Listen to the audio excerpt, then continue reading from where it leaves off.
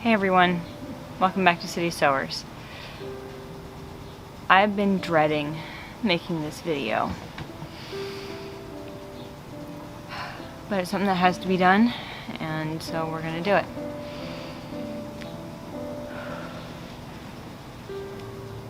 In the last video that I uploaded, I was doing some stuff around the homestead. I was doing some kitchen projects, and we saw Shasta. She was happy-go-lucky. She was very happy. She was bouncing around. She was acting normal. That was her last normal day. So the day after I filmed making the cowboy candy and getting excited about making tomato soup and all that, she actually started feeling really unwell. She started throwing up. We actually didn't think much of it because only less than a week before that, my parents' dog had been sick with dog flu, where she was just throwing up for a day and then she recovered. And so we kind of just assumed that it was that, because right after their dog was sick, we went over there for dinner. And, oh, by the way, she was sick, so we just figured she got the dog flu. I kept an eye on her hydration. She couldn't keep anything down. And she seemed okay. But then the next day, which was a Thursday, she was significantly worse. And I could not get her to take any fluids at all. She refused everything. And then she got really lethargic. And when I went out and checked on her, I actually have some training as a veterinary technician, and I was checking her over and she started to look jaundiced, which, as many people know, jaundice is a symptom of liver failure. And we knew that she had liver issues. So she was losing her fight with cancer.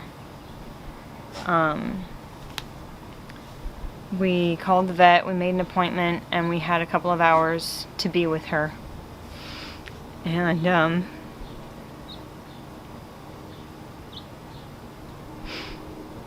she knew what was going on. She knew.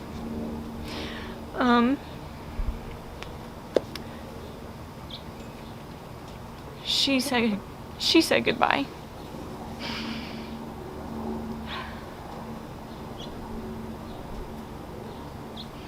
And it was hard.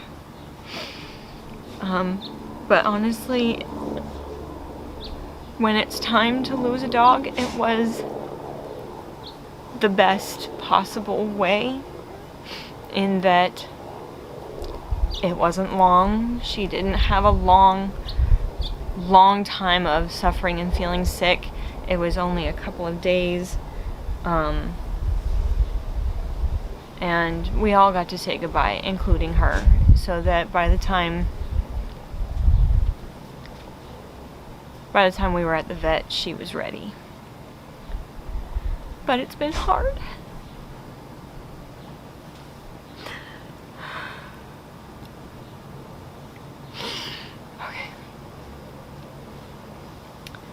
She may not have been in a lot of our videos or very prevalent in them, but she was a very big part of our lives. She was 11 and a half years old, and I just wanted to share with you guys a little bit about her, rather than just this sad awfulness that we're going through.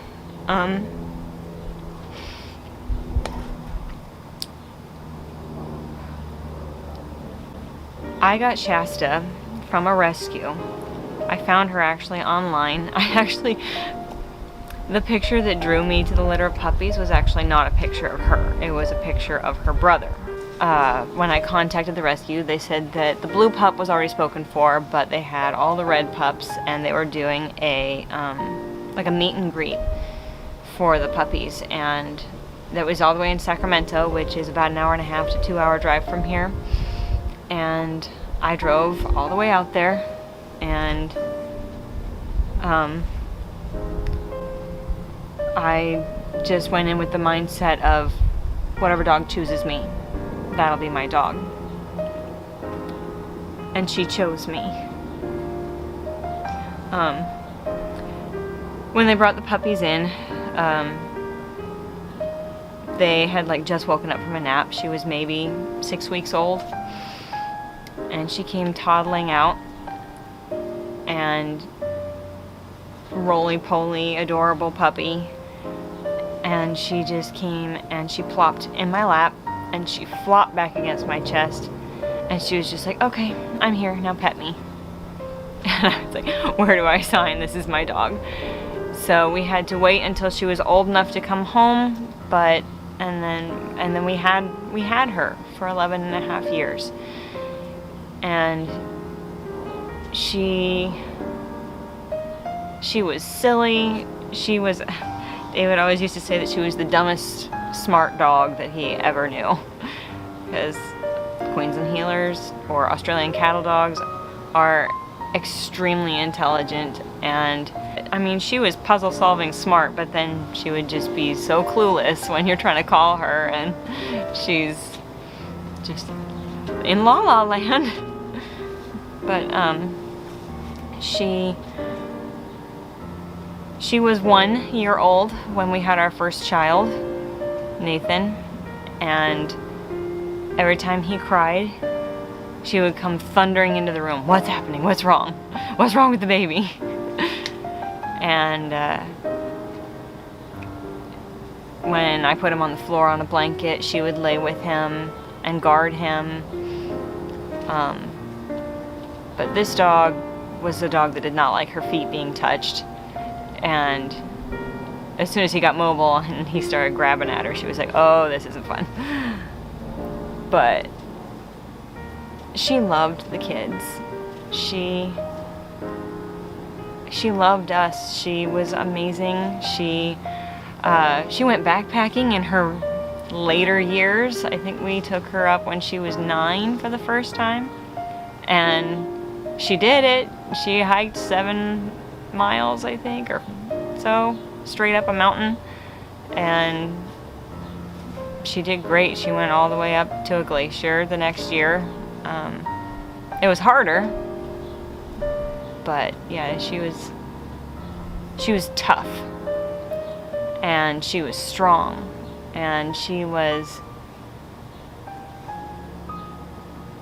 there. She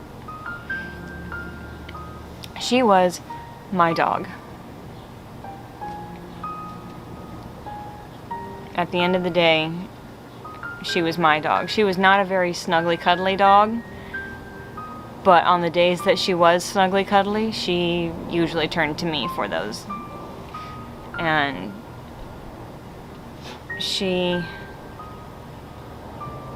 shamefully, she minded me a little better. If she didn't want to cooperate with something David was trying to tell her to do, he would look at me and I would tell her to do it, and she'd do it. So, but she was a very important part of our family. We miss her fiercely. I mean, at this point, on the day of this recording, it's been 4 days. And I'm still really struggling. We have never not had a dog in this house. And it's crazy the little things that'll get you. Something as simple as just not hearing her claws clicking on the floor anymore. It's definitely the saddest day that we've had on our homestead, but it's a blessing that this is the worst that we've had. Shasta is a dog that everybody who knew her, among our friends and family, thought that she was a pretty cool dog. I mean, she was amazing with accepting all of the new animals that we got throughout the course of her life. Because, let's see, we got We first got chickens when Nathan was a baby. So she was a year and a half old when we got chickens, and it took some training to make her not chase them, but she accepted pretty quick that they were not prey. When we got our goats when they were babies, that was 4 years ago, and she took that in stride. We just introduced them through the fence, and she accepted them within a couple of days. And when we got rabbits, I mean, we never really let her super close, but she never got like excited or freaked out or anything like that. She just was very accepting of everything that we introduced her to. And especially for a herding dog, that they usually have a pretty high chase prey drive, it was really a unique experience to have a dog that was so accepting of all of that, that didn't really have a history with a wide variety of animals. She was my best friend. She was my companion, my company when the house is empty, when David is gone to work, or even when he is just out of town. She made me feel safe. She was an amazing guard dog, even from the time she was a puppy. She was pretty young, and David was locking the house up for the night, and the lights were out as he was coming into the bedroom. So she didn't immediately recognize him, and she got all up in his business. She was snarling and barking, and he says, "Hey, it's me." She was like, "Oh, I'm so sorry," and did all the dog apologies with the tail wagging and the licking. And so she was just always very protective of our family. She was an amazing guard dog, and she was an amazing family dog, and she is greatly missed. With regard to a future dog, we will not be long, I think, without a dog. We need a dog in our family. The house is just too empty without a dog. And we had some time to prepare with Shasta. We didn't have a lot of time to prepare ourselves. I mean, she had her cancer surgery and she died 3 weeks to the day after she had her tumor removed. So, we had maybe slightly over a month that we knew that she had cancer. So, it was quick in the grand scheme, but it gave us enough time to kind of mentally and emotionally prepare ourselves for the loss. It doesn't make it hurt less, but it does open up the opportunity for us to think about the future. And so we've picked a breed that we want to get, and we'll start looking when we're ready. But I don't think it'll be long. The kids have, I mean, even before we lost her, the kids were asking about when we would get a puppy. And so I would imagine that within the next couple of months we will be getting a new family member. I don't want to do anything until we have kind of lightened the load here with selling the baby goats, selling the baby rabbits, get all the other babies off the property before I have to focus on puppy training. There's that little light on the horizon that we will eventually have another family member. And of course, another dog will never take her place. But it's allowing a new life to come in. With regard to our filming schedule and our video schedule, it was hard for me to edit the last video that she was doing normal in, even though she was in it for maybe 10 seconds. It was a challenge to edit. And this video, I'm sure, is going to be really difficult to edit, going through all the pictures and all the memories of her. But it's something that I want to do. I want to do it in memory of Shasta. And we'll kind of just have to wait and see how that goes. It's been a really rough few days on our family. We haven't really done a whole lot. We've been just taking the time to allow ourselves to grieve, because she was a family member, and she was with us for 11 and a half years. It's a significant loss, and so we are allowing our family that time to grieve, for our kids to grieve. And so I'm just not sure how active I'm going to be over the next few days, but we will be getting back out there, and probably within a handful of weeks to a couple of months we'll have a new face to show you guys. We are going to just rely on the Lord's timing for that.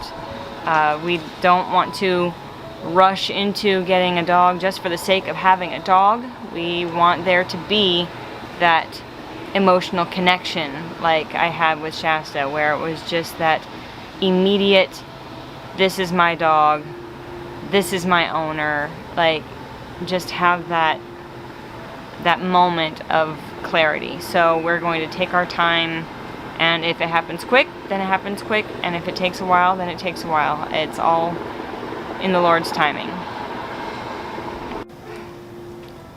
So thank you to you guys who I'm sure are going to be just overwhelming us with your well wishes and your condolences, and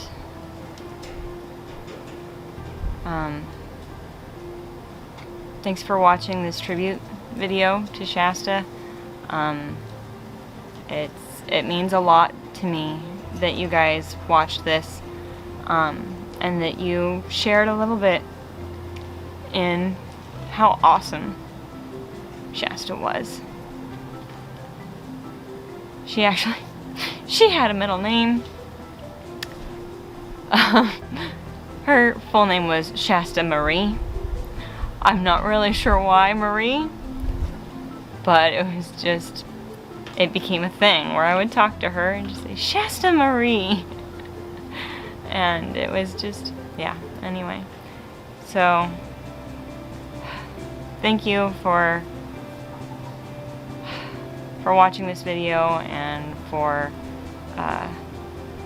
coming alongside us in our grief, and for